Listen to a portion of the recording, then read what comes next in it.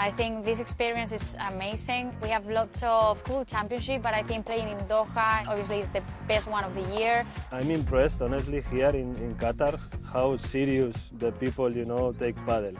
Everyone is supporting the sport here in order to grow in a very good way. It's an honor for me to be part of the history, I try to always send that message that nothing is impossible.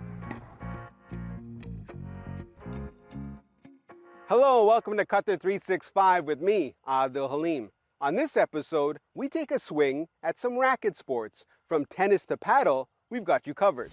Top-tier tennis was in full swing again at the Qatar Open. And that's where I got a chance to sit down with Tunisian star Ons Jabeur. But first, paddle is all anyone is talking about nowadays, which makes it unsurprisingly one of the world's fastest growing sports. Here in Qatar, paddle's popularity is showing no signs of slowing down. And as Laila Humara found out, the country is scoring major deals to host international tournaments. Mohamed Al-Hanji is one of Qatar's top paddle athletes. While tennis was his first love, he made the switch to paddle 5 years ago and hasn't looked back since. I played tennis for 20 years and paddle came up recently and I started playing it. I'm practicing morning and afternoon, doing physical practice as well. Taking this very serious. My ambition is high. Of course, I want to represent my country in the best way that I can. And where better for Mohamed to fly Qatar's flag than by competing at the Ooredoo Qatar Major for the third consecutive time, facing the best paddle athletes in the world. These players that we are competing with, they are playing paddle for all their life. We are compared to them, new to the sport. So we are learning a lot, having a great experience. So I'm very happy that I can see my improvement and the performance each year better and better. In the women's draw, the competition pool is also improving every year, as seen through the eyes of the world number 6, Spain's Marta Ortega, who started playing paddle at 6 years old. This is a very important tournament for the year. And at the beginning of the season, maybe you are more fresh. So I think we have a pressure to do it right. So it's really important for us to do a nice result here. It gives you lots of points and obviously lots of confidence for the rest of the years. The Ooredoo Qatar tournament is the first major stop in Premier Paddle's 2024 season under a new unified global professional ecosystem. 25 tournaments spanning 18 countries and 5 continents will culminate with the finals in Barcelona. It's a big year for paddle in Qatar, as the country is also set to host the World Championships come November, much to the delight of the sport's growing fan base.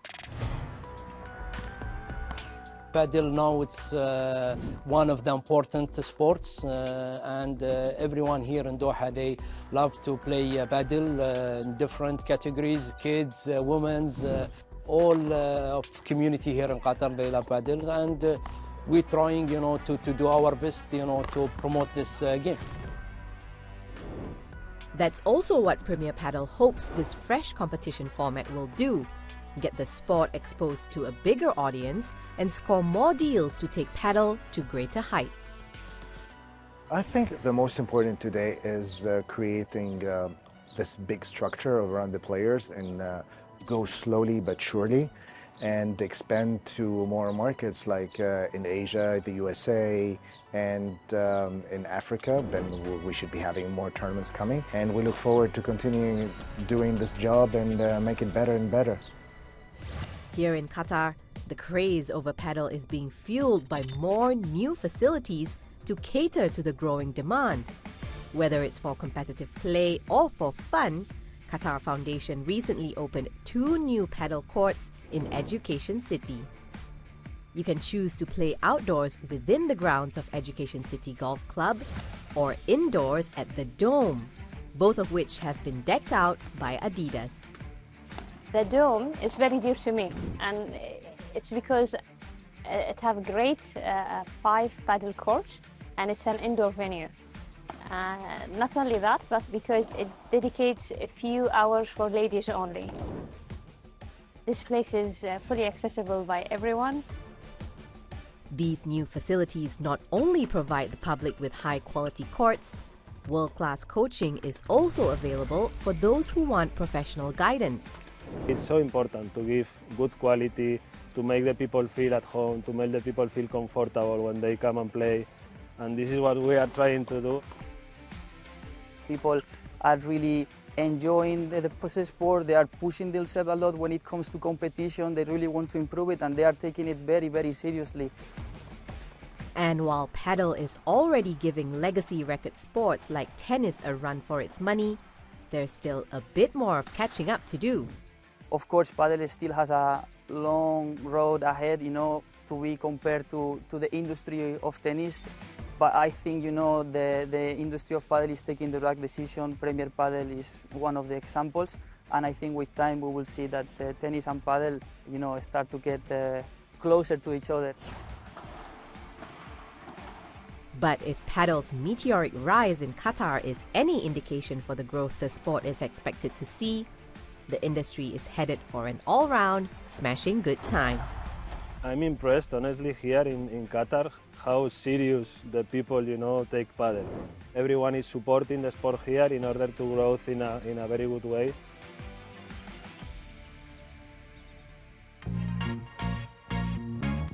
Ons Jabeur is hoping to continue to play her way into the record books in 2024. The 29-year-old Tunisian already made history as the first Arab and African woman to reach a Grand Slam final. Now she's hoping to win one. I recently caught up with the 6th-ranked woman in the world ahead of this year's Qatar Total Energy Open.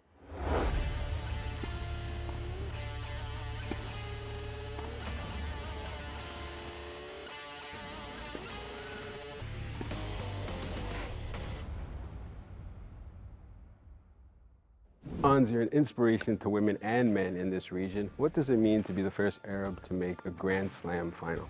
It's an honor for me to be part of the history, I try to always send that message that nothing is impossible. So for me, I really try to act very well on and off the court and, just trying to open more doors for different people. You've been on the court for a while, I think starting from the age of 3, your mom took you to the tennis clubs. What made you fall in love with tennis? Just like, I'm always a very active kid, so the fact that I was running behind the ball and just chasing it was very, very nice. My mom was very supportive, so I think the connection of mother-daughter really helped me.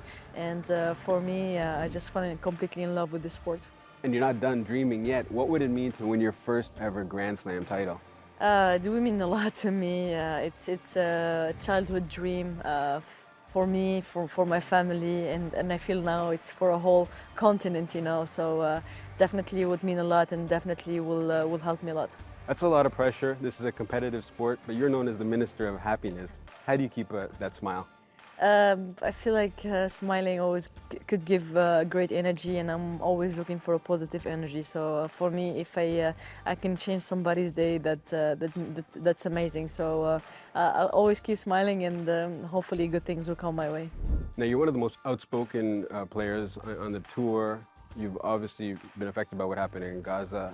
How do you compartmentalize something like that when you're playing, but then it's still obviously, I'm sure, in the back of your mind? It's very tough to kind of live in this situation, and it breaks my heart. I've been living with this war since I was a kid, and now since I can use my platform to speak out about this. I try to do my best, and of course try to do my best on a tennis court. Maybe I can change a little bit, I can help a little bit if I can. I'm Ons Jabeur, and I'm proud to be part of the World Food Program family. You were recently named the World Food Program's Global Goodwill Ambassador, and as an athlete, you know a lot about nutrition. How will you use your voice to end world hunger? I think the least thing we can do for people around the world, just to give them a decent meal, and I think it is very important to have a good nutrition for young kids to focus on in schools and everything. If they're on empty stomach, it's very, very difficult. So I think the least thing we could try to do is improve that, and of course I was very happy with the World Food Program nominated me as the global ambassador, and I'm looking forward to do much more things with them. Now, you're not only a fan favorite, but the players obviously respect you. Serena chose you as one of her last doubles partners. What does that mean when you get the recognition of your peers as well? It's very important. I think like I give them respect, they give me respect back, and to play with such a legend like Serena is really unbelievable, and definitely I will never forget about that doubles. Hopefully, I can maybe one day play with the younger people with me to show them also the way. It's nice to have that respect between different players. Now, we were hoping to see you last year at the Qatar Open, but the knee injury. What does this tournament mean for you? It means a lot. I mean, I was very sad to miss it last year, but I'm back, and I'm very happy to be back. It was the most difficult, kind of a swing to miss, but I'm glad to be back now. And what's your thoughts on how this year is going to play out for Ons Jabeur?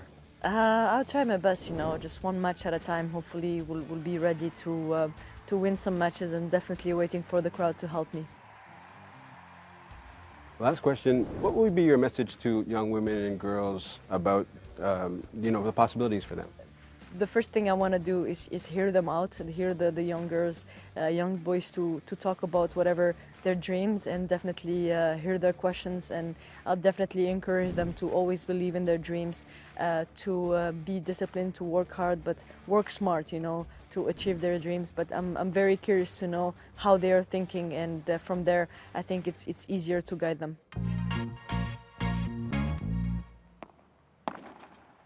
Talk about an action-packed episode. From padel's rising popularity in this country to meeting a tennis superstar inspiring young people across this region, we hope you enjoyed this episode. But that's all the time we have for now. For more, check out Euronews.com and connect with us through our hashtag. Thanks for watching, and we'll see you next time on Qatar 365.